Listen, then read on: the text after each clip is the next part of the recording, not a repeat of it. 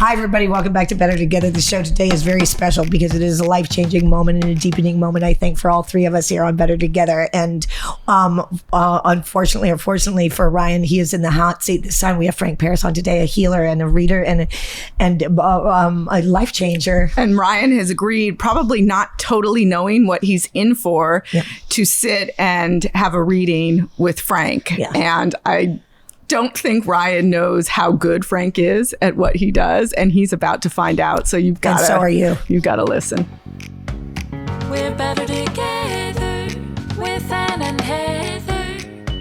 Hey, everybody. Welcome back to Better Together. It is our pleasure to have our show today with such a wonderful man who has changed our lives and will change yours most likely by listening to him. A healer, a spiritual guide and friend. And Frank Paris is with us today. Hi, Frank. Hi. Thank you for that wonderful introduction. Oh, we're not done. We're not done. Take it away. Frank Paris is a healer of hearts and minds. He specializes in transforming his clients into their whole selves and truest potential. Frank was born with psychic, clairvoyant, telepathic, and empathic abilities that he's honed over the years to help heal and awaken people to their truest designs. As early as 5 years old, Frank could look into the hearts of others and recognize their lived trauma that was blocking their transcendence to their true potential. He coined the phrase original wound, and Frank has learned to enter others' subconscious minds and shepherd them away from the mental and emotional scars that began their journey of inauthenticity and unconsciousness. When the original wound is addressed and healed, full consciousness is finally free and divine awakening begins. Nice.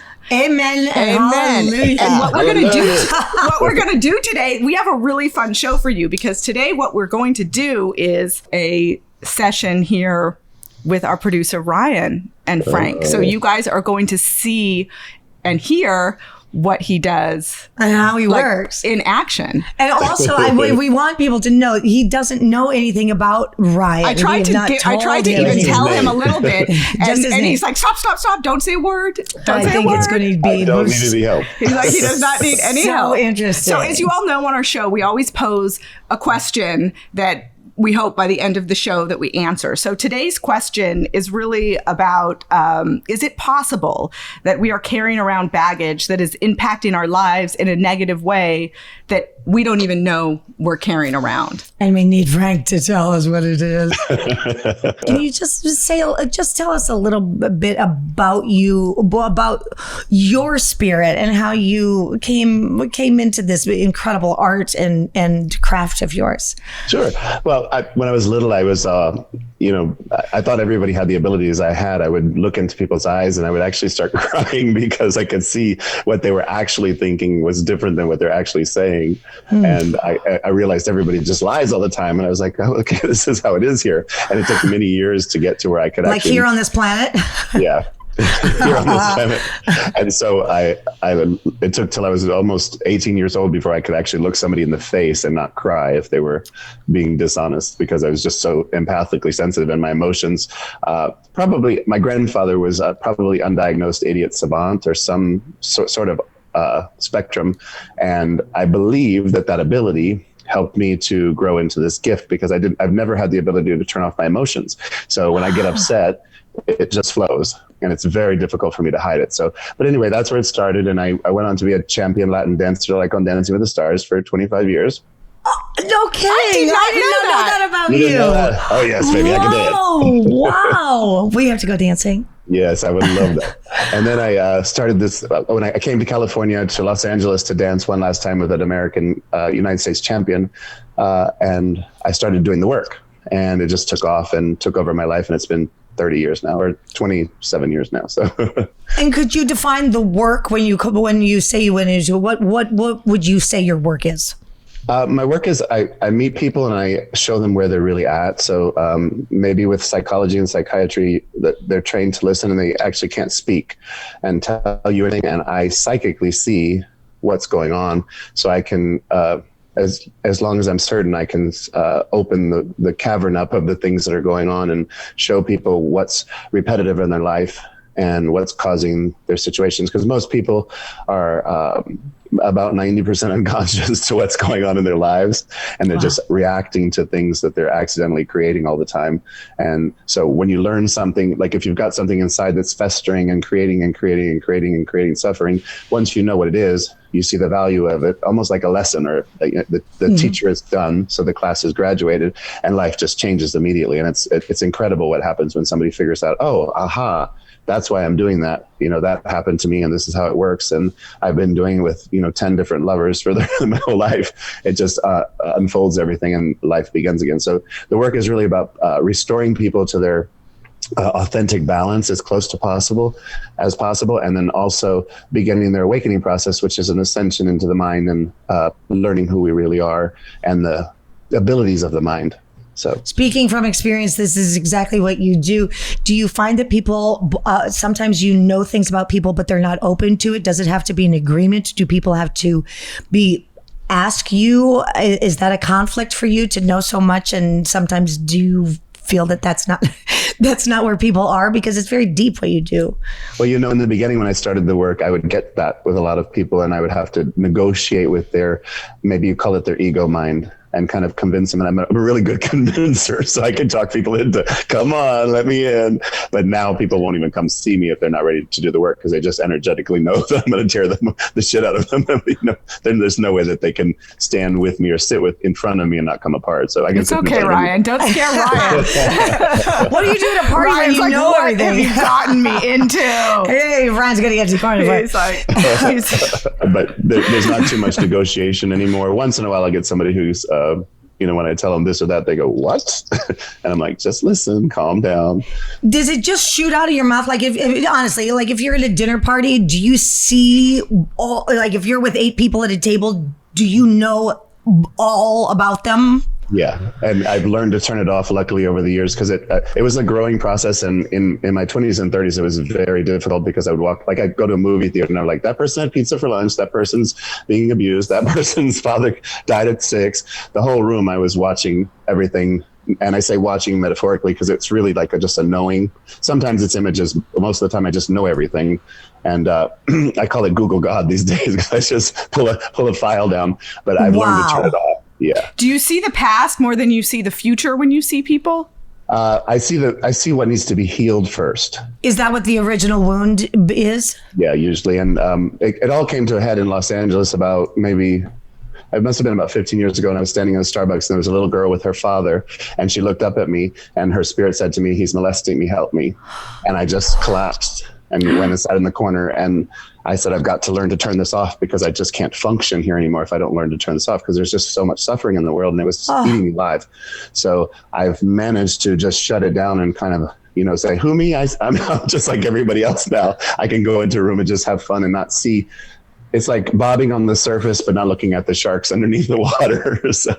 But when I get in session, it all comes clear out still. So, yeah. So wow. the suffering that we go through, the things that I've heard in 30 years of doing this work, from billionaires to celebrities to murderers, the things that cause us to do what we do are just unbelievable, and the things we've done are just unbelievable. So it takes a lot of hope and humanity to keep doing what I do sometimes. Can I ask a question I've never asked before? Like, if you're watching a news story, or if something happens, like, can you see? Like, did OJ did it? We all know OJ did it, but like, things like this, like, you gonna give me a hard one? You need a more difficult one, but like on a Dateline, or do you know what I mean? Like something that happens in the news. Do you know the outcome already, or do you know what has happened? Yeah. I always know what happened. These days, I do not look at it, though, just to be clear. I won't even look into it. I'm like, oh, that's interesting. And I just shut off, because I used to have the dead people talking to me that, oh, she's in the ground somewhere. And it wasn't, people said, why don't you go work with the police and help discover bodies? But it was never like that for me. It would just come and go with that kind of stuff. My abilities are specifically tuned into where people are broken away from themselves and they can't feel love. For whatever reason, I'm able to access that part of the love button in people. So, do you feel an incredible amount of responsibility having all of this gift? Yeah, it was a long journey, and you know, I was raised Catholic and I went to Catholic school. And so Somebody else was too. I don't know what her name is, Heather. I know we have that in common, girl. I mean, he knows. Trust me, he knows. We got the nuns to thank for our happiness. Yes, yes. Yeah. So I had a tremendous amount of pressure from my religious upbringing, and then to be given these abilities and have to negotiate with them and feel like, you know, I felt this huge responsibility that almost beat me to death. Yeah. Until I was in my late 30s. And I worked in Hollywood for a long time, and I was doing 40 sessions a week and, you know, a month waiting list. And I literally collapsed and had to leave Los Angeles because I thought I was going to and I was very sick. I almost lost it. So, because I just wanted to help everybody, wanted to help everybody. And then there was a TV show that was built out. And when it got close, I just started having nightmares about people coming to me and saying, save my child, help me in the streets. Right. And I was like, the rest of my life, people are going to be doing this shit to me. And so I somehow made it energetically go away. But these days I'm pretty, you know, I don't feel much responsibility for it anymore because I understand from a bigger, broader picture what's going on, and that I can't. Well, you've also learned how to control it more. Yes, it's been a lifetime of my own learning. There's not been a lot of resource, and my friends and clients call me the pathfinder to consciousness because I've done it all the hard way, and then I'm like, just do this because it's easy for them after I go with the bushwhacker and get eaten alive by mosquitoes and whatever else happens. You have the shortcuts. Yeah, I have the shortcuts. But do you keep the information with you? Is that part of what you've had to learn to let go once you do a healing that you? Because I would imagine you would just keep all of. I know what I told you. Like, I mean, your empathy is so strong. I think it would be difficult for you to let that go. It's go. Again, the same. It was the first 20 years of doing the work, probably 15, 18 years of doing the work. It was very difficult. And I had a celebrity that was killing herself with a certain product. And then 3 months later, I was sick with the same thing. And then somebody else would be doing something. And then I would get the same thing because I was carrying the energy for so long. And what I learned to do is I just, everything goes through me now. So it's like, right. Like, I don't remember anything we talked about, either one of you, right now. I couldn't possibly. Good, because I said some shitty stuff. I just do want to say that he has changed both of our lives. I will say, yes, 100%. Yes. And one thing that I will say is that I continue, because of what we uncovered as basically my original wound, I continue to uncover more. Yes. Because of that. Me too. And that is a true gift. Absolutely. I will say this: my original wound was those fucking nuns. So I got some nun stories too. But I'm just gonna say it.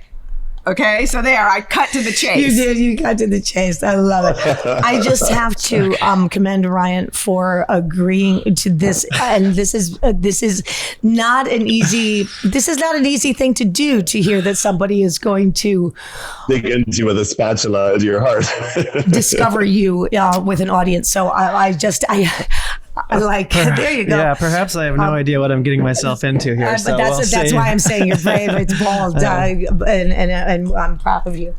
Hi, Ryan. Hi, Frank. How are you? I'm good. How are you? You're definitely in the hot seat right now. I can tell. Yeah. So first, I want to say that it's very brave of you to do this, and even that in itself is a step in what I'm going to say to you. Oh gosh, my heart is racing now. Yeah, so what's happening is I'm connecting to you energetically. Okay, we're all connected energetically, but because of my abilities are so skilled, it's like a plug where I'm plugging into your system with you right now. Okay. So yeah. So the space that I wanted to speak to you about that's very clear around you is the relationships with women. Ah, okay. All right. Your career, everything is moving openly, but there's a tear inside of you about your value with a woman. Oh yeah? Saying to you. Yeah. I mean, I don't know. I'm about to get married this month, but so is that the woman you're talking about? I don't know. It's all women. So there's a space in you. Yeah. So, and that love is a very deep love, and it's going to be great. But there's this part of you that is shuts yourself down when it comes to women. and goes Okay. into a passive mode. And in the long term of the relationship, you decide what to edit out. In the long term of the relationship, it's going to mean castration and not happiness. So what I want you see. to do is look into yourself and see where.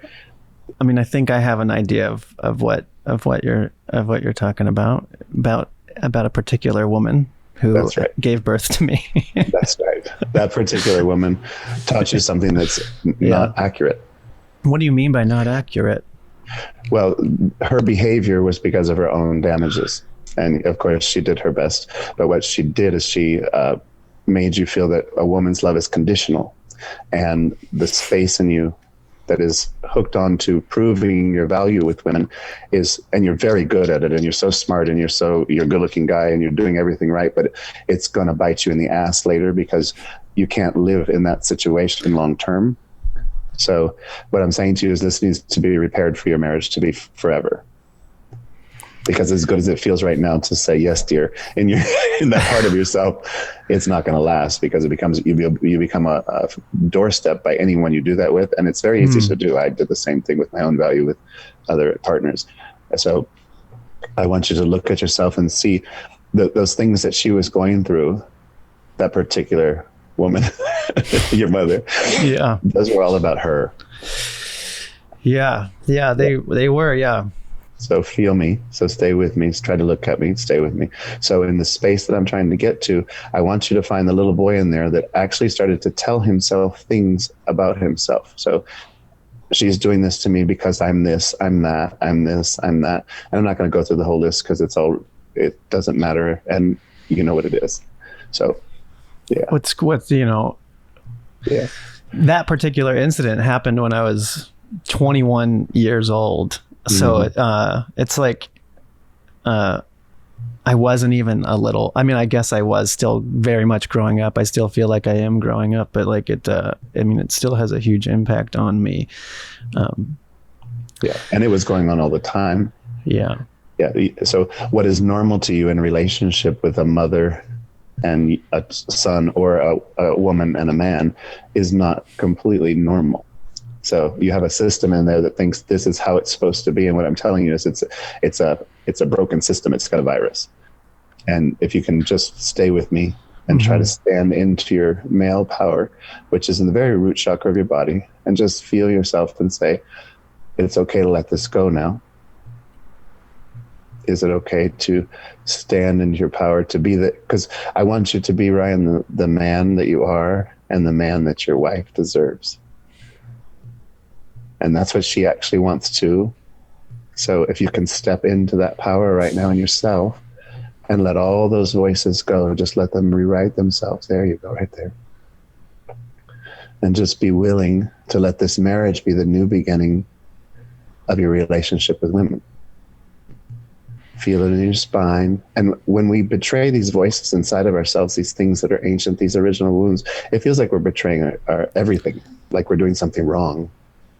And I would just want you to feel that you're not doing anything wrong. You're actually healing yourself right now. And all you have to do is be willing to listen and follow me. And it's an automatic system. We're built to be perfect in God's image. And as soon as you go into this, it's going to feel itself into the right way. So just be willing to let go of what you know about relationship with women and yourself and the voices you believe about yourself when it comes to women, and how you have to do a little bit of a show pony act to be loved. And you don't. And no woman who loves you actually wants that. And she doesn't want that either. She wants you to step into your power. So what would it feel like right now if there you go, step right into your power, into your spine, and say, today I become a man. I'm not still growing up. Today is the day I become a man, the man I was born to be. And I put down these voices in my head that I created. They're not even your mother's fault. She just did the best she could, and she loves you very much. She just has her own problems. You internalize them, and your conscious reasoning mind determined what was wrong with you.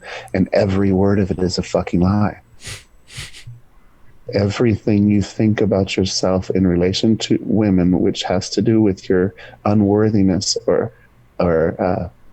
broken parts, it's all lies. Every word of it. So just hear in your own mind, these are all lies. And what would it feel like to be brave enough to let go of them right now? And step into vast unknown change where I'm just a man, I'm a good looking man, and I'm a good man, and I'm going to be a great husband. And that's okay to say no. And it's okay to say, this is what I wanted, this is how it's going to be. And because it'll adjust itself. She actually wants it too. You know exactly where I'm talking to you at. That's right.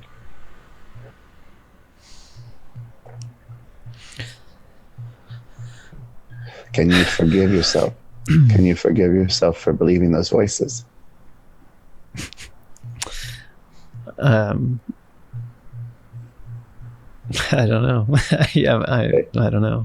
Can you forgive yourself for creating It those doesn't feel like voices? I have control over it, you know? So it's like I don't really know how to forgive myself over something I don't even feel like I have control over. You know, Yeah. And that's why it's there, because you believe that you don't have control over your mind, and you do.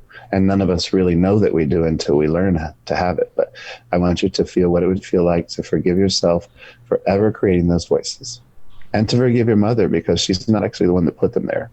She demonstrated behaviors that made you feel unloved, and, you know, not completely, but, you know, just to get these systems going. But you designed this whole thing. And this is a system that's been running with you. And you've had 3 relationships now, right? 3. This is the 3rd one. yeah, I think so. And this one is the best, and it's beautiful. And if you want it to last a lifetime, look up at me. If you want this to last for your lifetime, you're going to have to step into your power as a man. The marriage isn't going to make it last forever. The man that you are, Ryan, that man in there that's growing up right now in front of me, he's what's going to make the relationship last forever. And he will, because he's a good man. And you don't have to be afraid of your voice or your power, because there's not a piece of you in there, even if you are demanding and bossy, that has any malintention. So it's okay to be It's very say no. true. Yeah.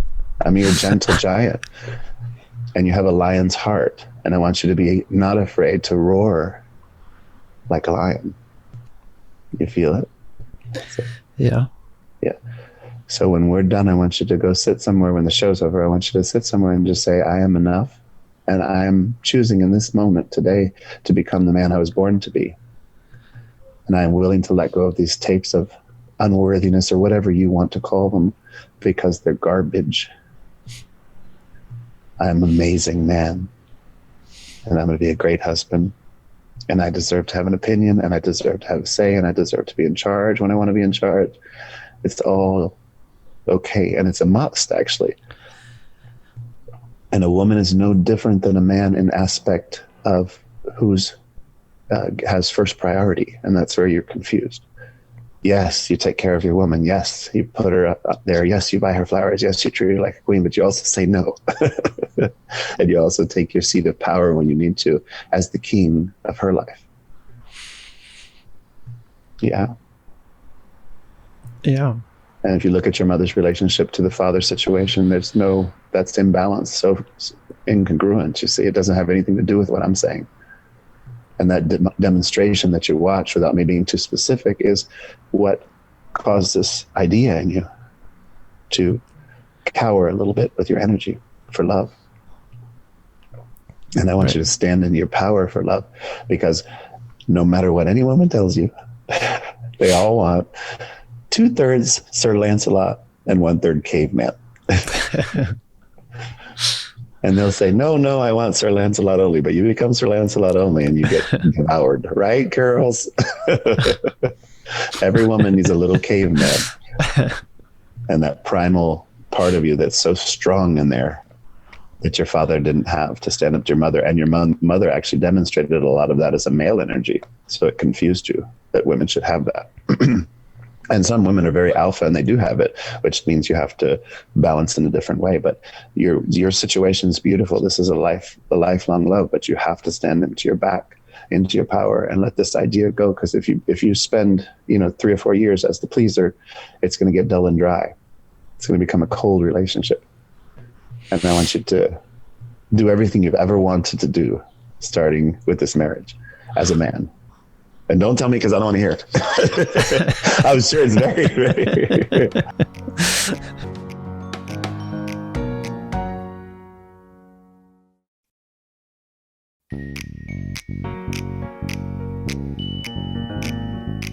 So do you have any questions?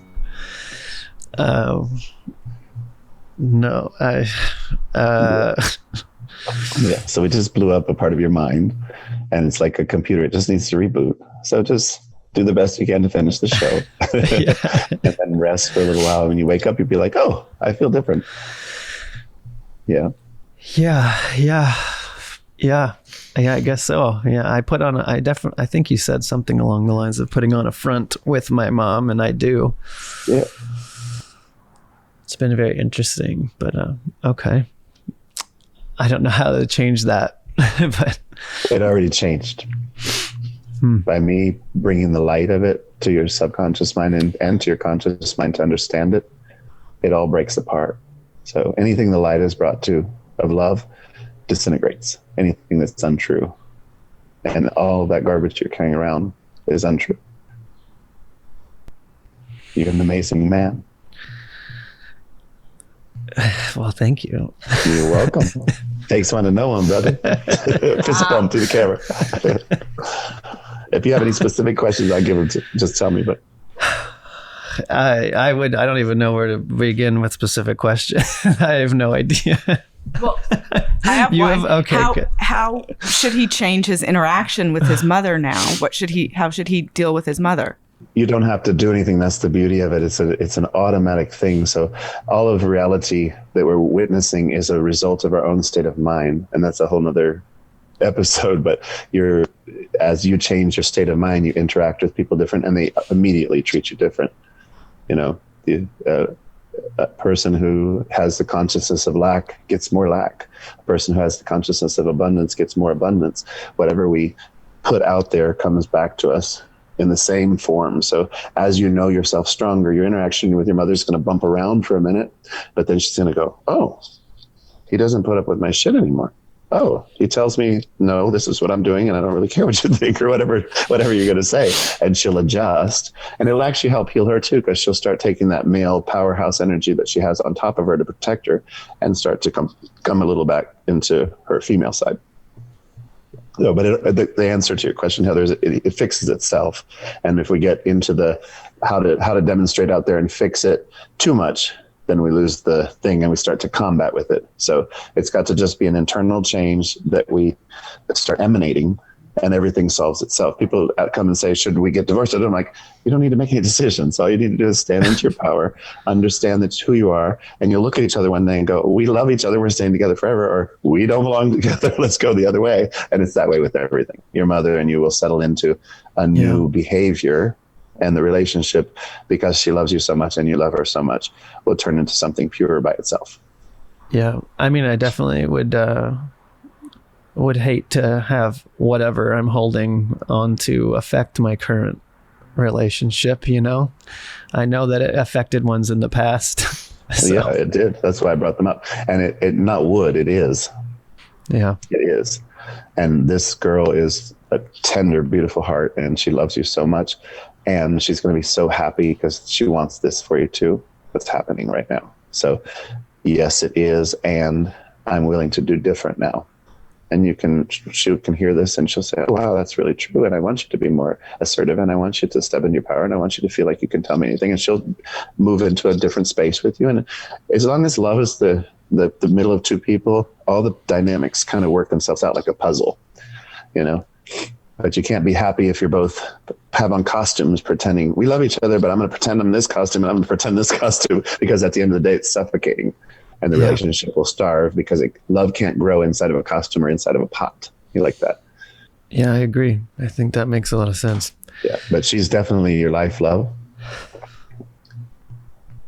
She definitely loves you.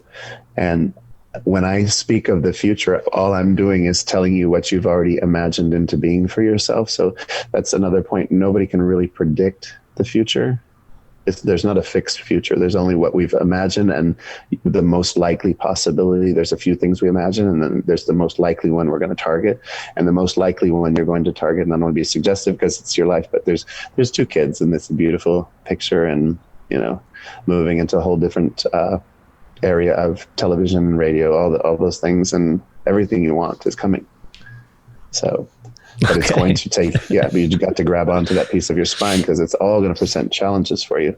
And the whole of your career, everything that's holding on to you right now has to do with this relationship with women. Look behind you. Yeah, that's right. We love you. Yeah. So, and it'll free you up. It's untying the knot in you, and it's already happening. You don't have to really do anything. Just listen to what I say, and when you go to bed tonight, it's gonna marinate some more, and just try to stay on top of, oh, what do I really want? Oh, I'm enough. Oh, this is how I really feel. Oh, I can say no. Oh, I can do this.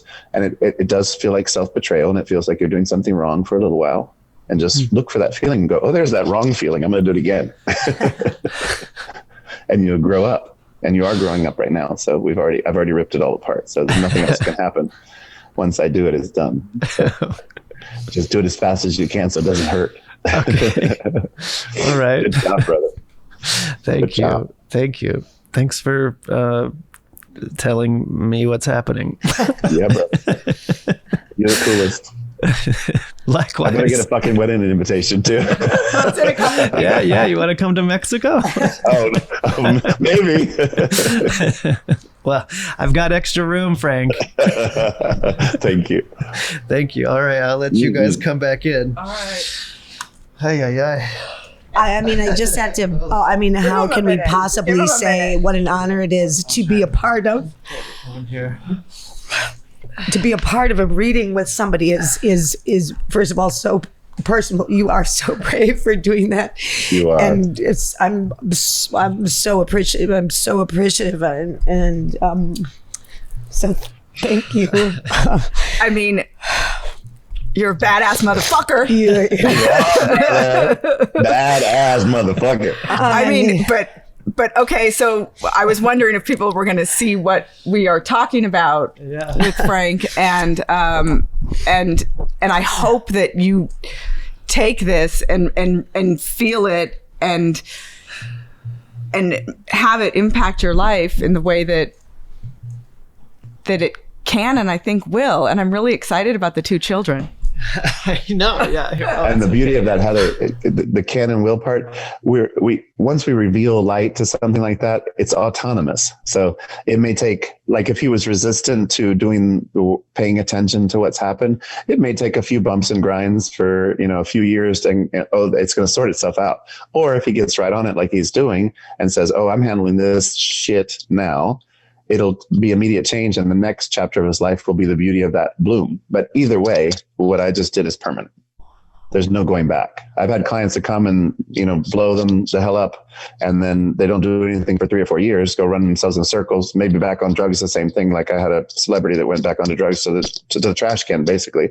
And she's absolutely golden now. And she's like, oh, I get it now. It's like 3 years later, but it doesn't go away. The work is done once it's done. So I think Ryan's going to do it. You can't unlearn what you know. You can decide how to deal with it. You can't know what you don't know, but you can't unlearn what you do. And the impact is also something that, to be a witness to that, you're going to have a reflection of us.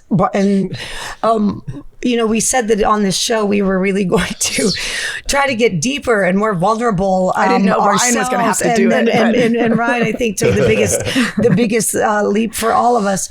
But I also want to just acknowledge when you're speaking and somebody is open and hearing, that's for all of us. I can't tell you, to be reminded of our strength, our power within ourselves, the journey that we have to get over it, and the ability to learn and know and already have made the change is something that we got a blessing of it today as well. And we will be the encourager of you being what'd you call him, a kick-ass motherfucker? Badass motherfucker. That is not an easy thing to do, Ryan. Yeah. I don't know. I don't know what I'm going to do. I don't know what to do. And that's the beauty of it, because the inside part of you automatically knows, Ryan. You don't have to know anything, because what you know is all that you did before. What you know is all that you were before. What you don't know is what we're looking for. And I think an important part of this for you is you can show Mags this. Sure can. and she can help you.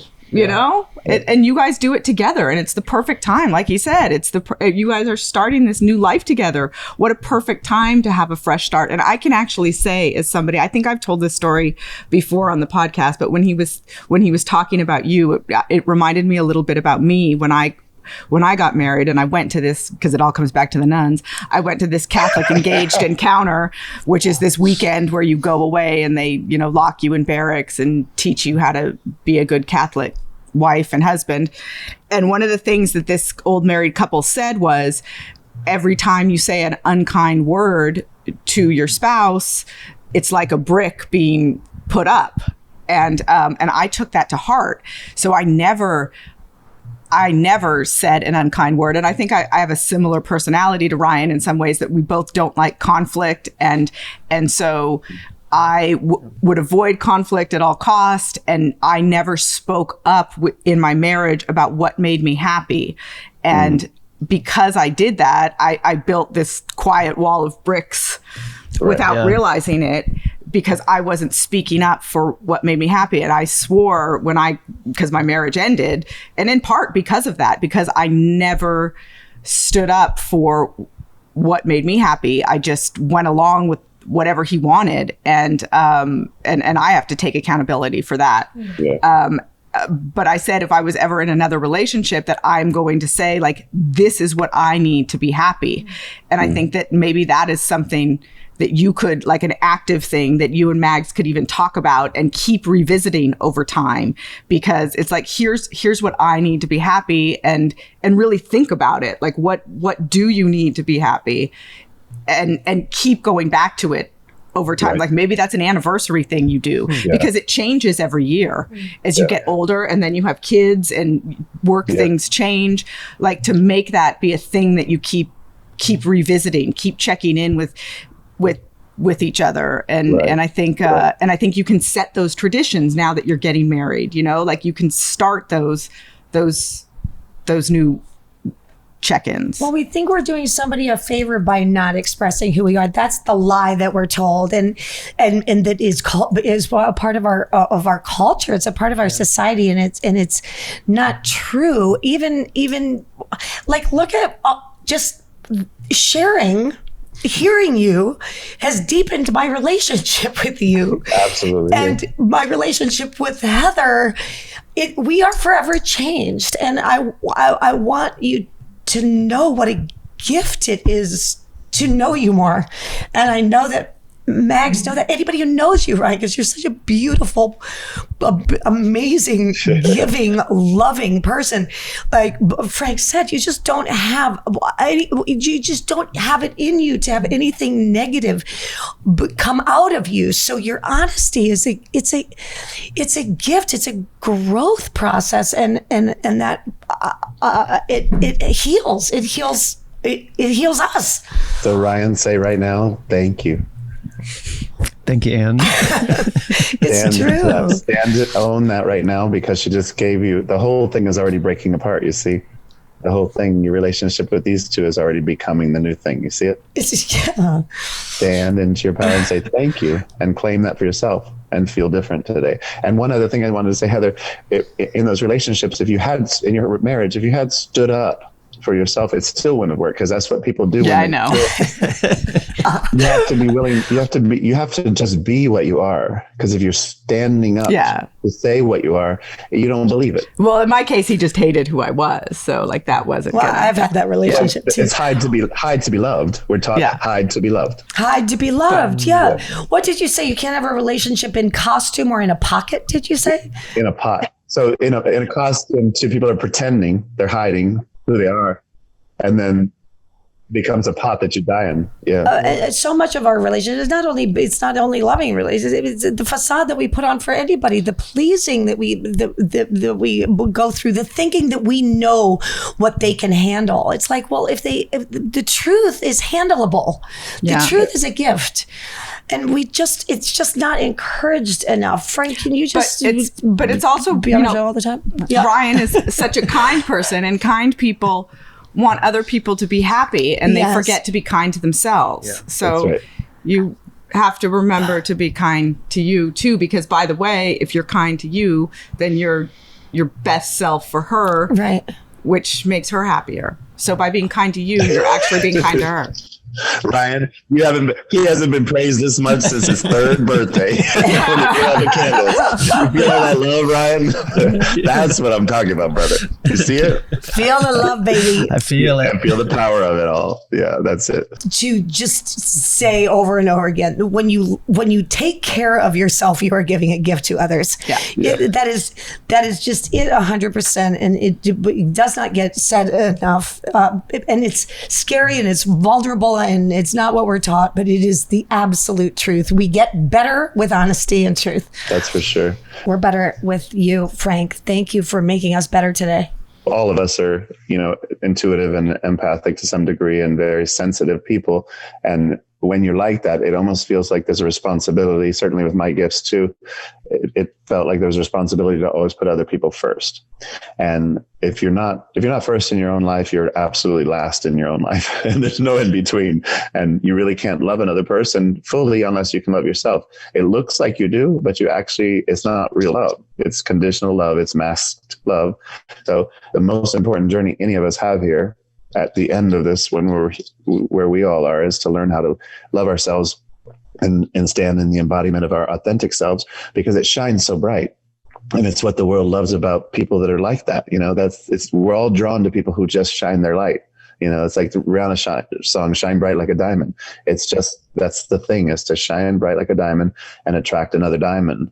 Because if you dim your light to try to put other people first, it always is going to end poorly. It just does. So, well, we're the exact distance between that kind of love and the love we have. Like as much as we give ourselves is the exact what we get back, right? So it's such a funny little equation. There's no in between. If Right. you're kind of a little bit not showing yourself, you kind of a little bit don't get the life you want. Like it's so easy to explain and so difficult to execute. yes, that is correct. Because our reasoning minds don't understand things that simple. We've thought ourselves into mind fuckery, and the world is running in this thing Yes. that everything's up here, and the feeling system of us is the only thing that passes between our conscious mind and our subconscious mind, which creates everything. So if your feelings are blocked with mind fuckery and you're overthinking everything, you're not passing the messages of even what you want, and you're just not flowing right. It's like a kink in the hose. So having the real feelings about yourself, how you were born to be, and expressing your real feelings. Yesterday I had someone come through my yard, and a drug addict, and I said, please don't walk through here. And he started calling me names and called me a bitch. And I literally went after him. I was like, say it again. And I don't ever do that. And I got right up in his face. And he was like, and he left. And I came inside and I was like, damn, that fuck good. I haven't done that in so long. Just to have to, when you get angry, it's okay to be angry for a minute, then just get right back on the good person buzz, but it's okay to have a moment where you express yourself. Even if you're angry, you can say, God, I'm fucking angry at you right now. It's okay to get that out. We need to get it out, Yes. It's okay to get it out. And then it clears the space for the joy. Right. And hopefully not with other people like I did yesterday. But that doesn't sound very safe. That's like, well, I'm a big boy. Google and I can God. box, so. Google God went after a guy who called him a bitch. Yeah. Well, that's the thing is, it's cut the bullshit of, spirituality is this little mystical thing where I sell books and, charge people for seminars. I'm just like everybody else. I just have these abilities and my mind has developed through this. And, there's a wise man once said about 100 years ago, if you're teaching people the truth about God, you have another source of income because, it's not very popular when you say, that I did that yesterday and I teach people how to love, but we're all that dichotomous nature. We all have pieces to work through, and I don't hide mine, because why would I? Because then I'm just posturing the same bullshit that we've all seen before. So. Well, then our active participation becomes hiding, and then hiding becomes a habit, and then the habit of the behavior becomes a list we can do, like, well, we went out to dinner and that was kind of sexy, and then I did this and I did this and I did that, right. That looks like a relationship, or we start to list it, whether we do it with our children or whether we do, if we're not honest about it, then we're in the behavior of oh, this makes me a good mom, right? I mean, I did do that for me. If we don't get it get it expressed, and sometimes sometimes it's easier said than done. I think that's what we're encouraging here. It's the truth and speaking about who you are, because it's a gift to be who you are to others. We're all so individually unique, and we all have pieces we hide from others, and then we have pieces we don't know. And Heather has pieces of me that she wishes I would hide. I got a few. There's that side of it too. I ain't gonna argue on that. No, hold on. But Heather, you had you started with a question, and I would love to. I mean, I feel like this is Yeah, I mean, like I'm a beautiful. curious. I mean, show. our question was are we all carrying baggage around that is affecting our lives that we may not even know we were carrying? And Yes. All right. Got our answer. Yes. and it's helpful to know what you didn't know without, right? It's I love you, Ryan. Yeah, I love you. And specifically with Ryan, it would be a couple of relationships, all operating on the same system of this thing that came and went, and a couple of opportunities have come and went, and a pause in the careers, things that you wanted for 3 years. He's like, God, do you have to do the rerun? Like, we didn't touch on the career stuff, so it's impacted his career as well. It's everything. When you can't stand in your power as yourself, any of us, whatever the reasoning, whatever the original wound, it affects. The closer you get to your dreams, the more the wound has to be addressed, because you cannot get through that at a certain point of evolution. Yeah, you hit a ceiling. That's right. You can't get through to that thing that you want so badly if you can't be yourself. The original, the child in there won't let you go past a certain space, because it doesn't feel safe. Like, how would it feel for you just to be in front of the, where you want to be right now? You can do it. You're like, I like all these people saying my name and saying how wonderful I am. But an hour ago it's like, So well, I also think too, and we encourage telling stories. Why do we tell our stories? So that hopefully other people do too. But the fact of the matter is, when we hold on to our stories, we think they're way worse than they are. And once you tell it, it would just be kind of like, well, shit, yeah, fuck, I haven't, whatever. It releases in a way that is way less powerful than you think it is when you're hiding it.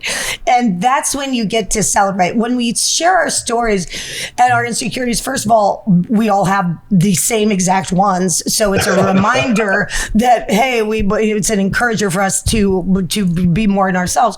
But it also helps other people feel like, hey, okay, man, I could just be myself. That's why we tell stories. That's why the society engages in a beautiful, horrid lie, and that if we tell the truth about ourselves, it's going to be worse than if we don't. And that's just, I love that you've encouraged us all today, Frank, to live bold and powerful and in our truth. Oh, thank you. I love all of you guys. Now Ryan too. Is he going to have boys or girls? Or one of each.